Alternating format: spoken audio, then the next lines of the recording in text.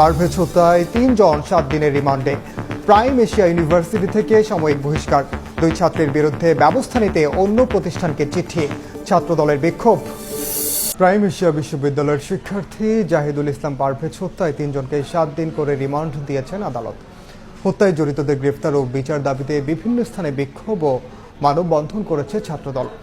এ ঘটনায় নাম আসা ইউনিভার্সিটি অফ স্কলার্সের 2 ছাত্রের বিরুদ্ধে ব্যবস্থা নিতে ওই প্রতিষ্ঠানকে চিঠি দেওয়ার পাশাপাশি গ্রেফতার 3 জনকে সাময়িক বহিষ্কার করেছে প্রাইম এশিয়া।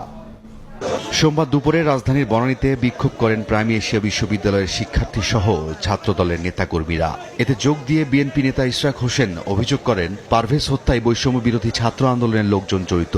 ছাত্র আন্দোলন অথবা বৈষম্য বিরোধী এই শব্দটিকে ব্যবহার করে দেশব্যাপী বিভিন্ন জায়গায় চাঁদাবাজি, বিভিন্ন জায়গায় লুটপাট, বিভিন্ন জায়গায় দখলদারি, বিভিন্ন জায়গায় মার্কেটের ইজারা দখল সহ নানা ধরনের অপকর্ম করে অর্থনৈতিকভাবে একটি গোষ্ঠী তারা লাভবান হওয়ার চেষ্টা চালিয়ে যাচ্ছে। পারভেজ হত্যায় জড়িতদের গ্রেফতার ও বিচারের দাবিতে ঢাকা বিশ্ববিদ্যালয়ের রাজু ভাস্কর্যের সামনে মানববন্ধন করেন ছাত্রদলের নেতাকর্মীরা। তাদের অভিযোগ, হত্যাকাণ্ডে জড়িতদের রক্ষার চেষ্টা করছে বৈষম্য বিরোধী প্ল্যাটফর্ম। আমাদের উদারতা, নমনীয়তা, আইনের প্রতি শ্রদ্ধাশীলতা, এটাকে যদি কেউ সহজ সরল ভাবে গ্রহণ করেন তাহলে আপনারা ভুল ভাবছেন। আমরা স্পষ্ট ভাষায় বলে দিতে চাই, এই বাংলাদেশে আর কখনোই কোন শিক্ষার্থী কোন সন্ত্রাসীর আঘাতে নিহত না হোক।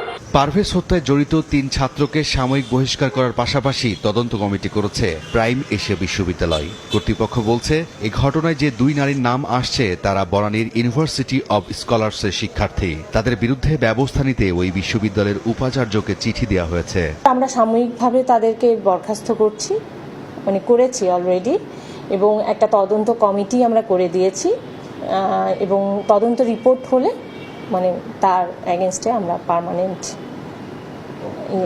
স্টেপ নেব। এদিকে গ্রেফতার 3 জনকে 7 দিন করে রিমান্ড দিয়েছে আদালত।